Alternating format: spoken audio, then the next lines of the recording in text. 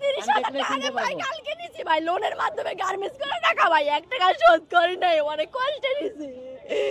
ও ভাই ও বুঝেন ভাই হয়েছে একটু বলবেন আপা কি হয়েছে বলেন তো ভাই আমি আসতেছি রোড পার হইতেছি যে উপরে ওভারব্রিজ দিয়ে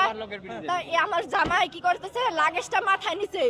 একটা বেটারে বললো কি ভাই আমার একটা সাইড দিয়ে আমি যাব তিনজন ছিল তা আমরা ভাই জানি না যে ওরা ছিনতাইকারী নাকি ভাই মোবাইল মনে টান দিছে টান নিল নিয়ে অবস্থা মোবাইল ভাই কেউ নাই আছে অনেক লোকে আছে কিন্তু ওরা তিনজন নাই ভাই ভাই 30,000 টাকা ভাই কালকে নিছি ভাই লোনের মাধ্যমে গার্মেন্টস করে টাকা ভাই 1 টাকা শোধ করি নাই অনেক কষ্টে নিছি ও ভাই ও বুঝেন ভাই কি করব আমি আল্লাহ আল্লাহ তুমি আমারে মৃত্যু করে দাও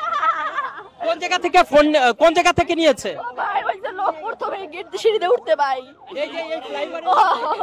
ও ভাই লোকগুলো বললো কি তোমার কি রাস্তা লাগে তা ভাই বললাম ভাই ভালো করে তো আপনারে বললাম যে রাস্তাটা দিয়ে ও বললো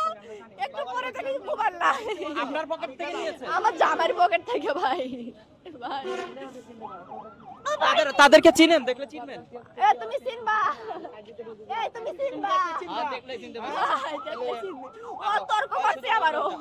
ভাই কপালে আমার কি লাগলো আজ সুখের দিনে এখন দেশের বাড়ি যাচ্ছিলেন আপনারা ভাই চাইছিলাম আমরা এই যে কাউন্টারে আসি নামছি আর ভাই গাড়িতে উঠবো আর আমাদের 15-20 মিনিট টাইম আছে হাতে টিকিট কাটা হয়েছে ভাই সব শেষ 1800 করে ঠাকুরগাঁ যাবো 18 দুগুলো 3600 সব দিছি ভাই সব টাকাও নিয়ে গেছে ভাই না ভাই ওইখানে আমাদের বিকাশ করা আছে মোবাইলে সিমে সমস্যা নাই বিকাশ থেকে আপনি টাকা তুলতে পারবেন বড় বিষয় না কিন্তু আমার সমস্যাটা অনেক কষ্টের মোবাইল ভাই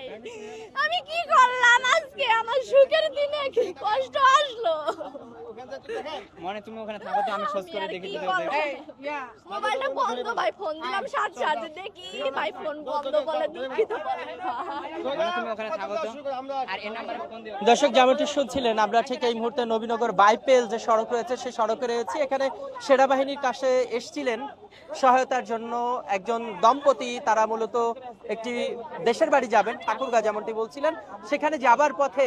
তিনজন ব্যক্তি তাদের কাছ থেকে একটি ফোন ছিনতাই করে নিয়ে যায়